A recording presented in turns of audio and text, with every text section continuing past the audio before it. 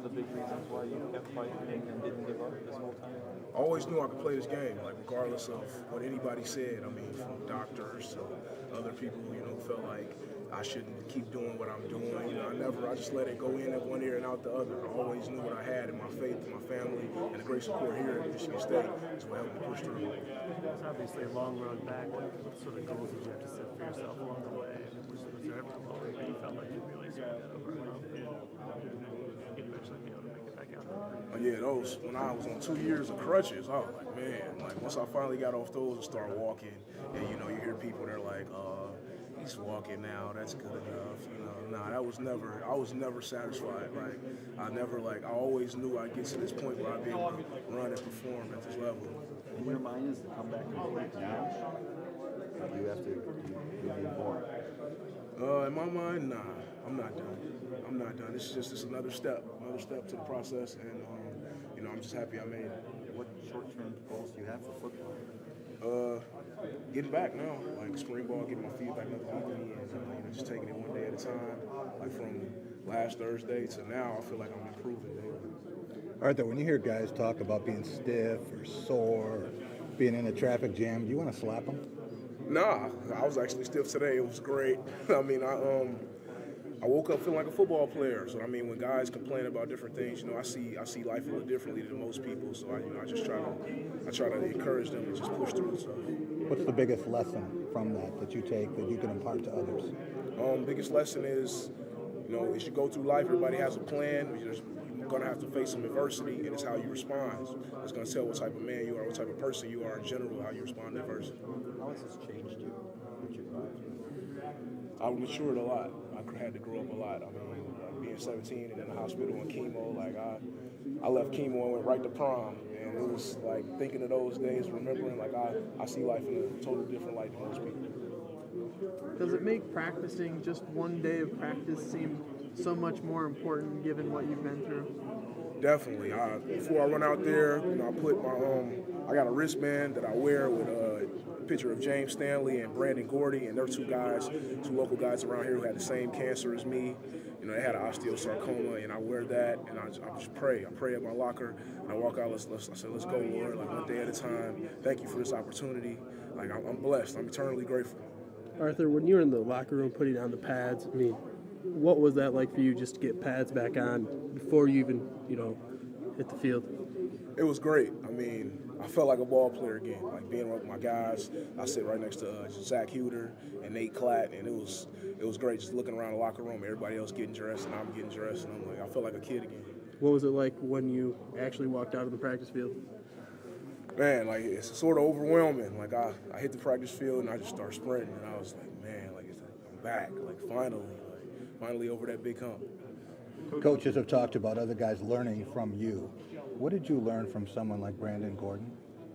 Man, BG, that's what we call him, his nickname. He was one of the strongest people I ever met. Him and James, they're cancer because of the spot. They had to get full knee replacements, and they're not able to play the sport they love. Because of the spot of mine, I'm still able, to do this and just play the sport I love. So and they're younger than me.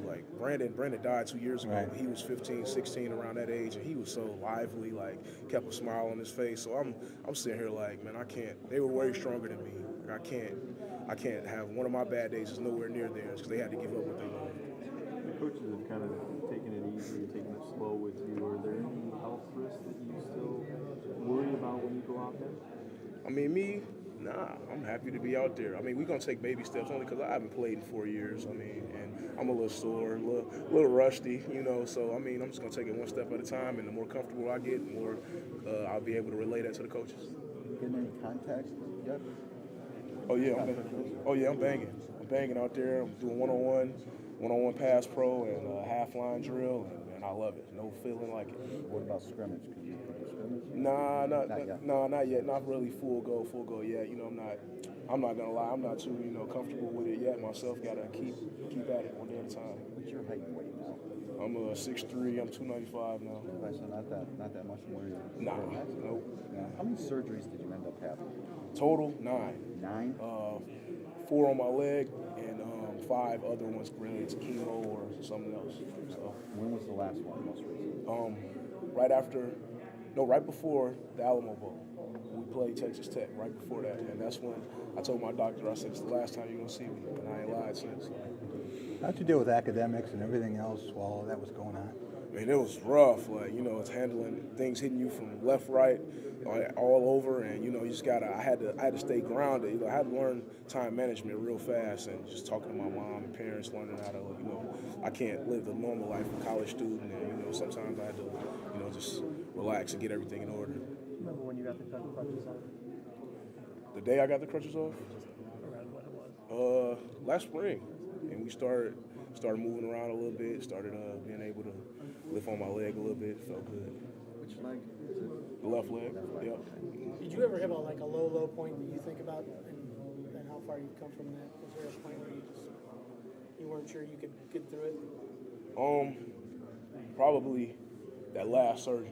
I really didn't want to have it. Like, if you ask anybody in my family, my mother or my father, I really didn't want to have it. Like, the doctors, they walked in the room and they were like, you know, we got to go in there again. And I let them know how I felt.